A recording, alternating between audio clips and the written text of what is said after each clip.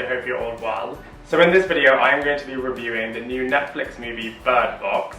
There is so much hype around this movie and it's all very well deserved, as it's one of those rare movies that honestly has you on the edge of your seat throughout the entire time, and you can really feel for the intensity that these characters are in, and it's a gripping movie that has you on the edge of your seat from start to finish. So the movie is based on the popular novel by Josh Malerman that was released in 2014, and it's an apocalyptic story where the whole world is going crazy because when they see this creature out in the world, they want to commit suicide. So slowly the whole world is like rapidly dying basically because they're seeing this crazy creature. So the only way to survive is by not looking at this crazy creature. So the movie then splits into two timelines. One which is kind of like a present day, which has Mallory, who's the main character played by Sandra Bullock, and her two kids trying to get to this destination by boat. And the other kind of timeline is 5 years ago, where Mallory, Sandra Bullock's character, finds herself in a house full of loads of strangers that are kind of all survivors trying to not look at this creature outside and survive against this apocalyptic situation. The two timelines then continue throughout the movie. In the present day, where Mallory is blindfolded along with her kids trying to reach this destination but coming across loads of different obstacles. And then 5 years ago, where she's in this house with all these different strangers trying to not look outside, and how they're going to survive in terms of having food and having ladies that are pregnant and kind of all these different emotions and characters, and how everyone's trying to survive in this situation, and how the two timelines are going to be meeting in terms of, obviously in the present day it's just Mallory and her kids, and how does Mallory get to that situation with all these other characters. So it's a really gripping situation and movie storyline, and it's complicated further by having characters that are called psychos. So psychos are able to be out in the wild, so to speak, and are able to see the creature and not commit suicide, and their objective is to get all the rest of the survivors to look at these creatures and commit suicide. So it's about how you navigate in this situation with psychos trying to come in and trying to get you to open your eyes and view the creature. So yeah, it's a very difficult, intense situation for all the characters, and then you can kind of see how they navigate through. The acting in this movie is honestly phenomenal. You really believe all of the different characters and actors in this situation, and you can feel, the intensity of the situation for each and every single one of them.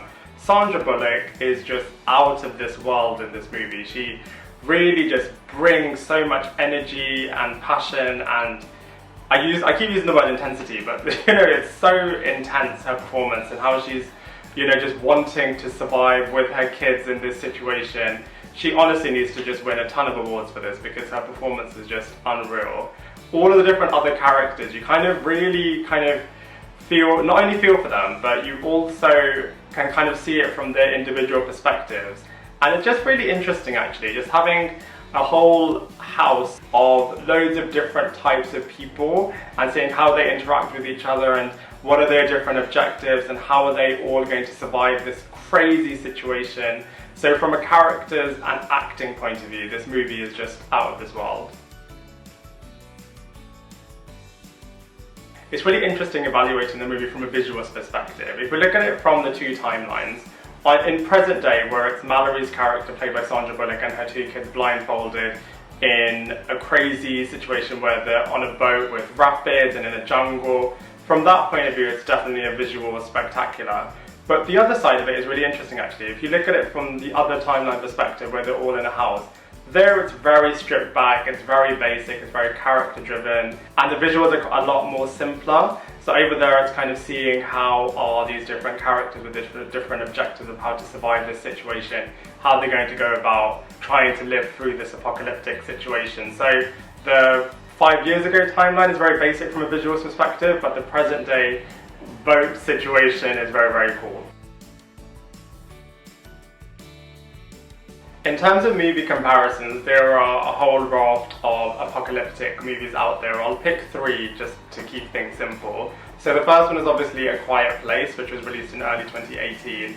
and that story is about a monster that kind of causes genocide in an apocalyptic situation, and then a family who kind of escape and live in solitude, and there's a baby, so that baby might make sounds that the monster might hear. Obviously there's a baby in, or multiple babies in Bird Box, and kind of, you know, it's been viewed as very similar in that sense.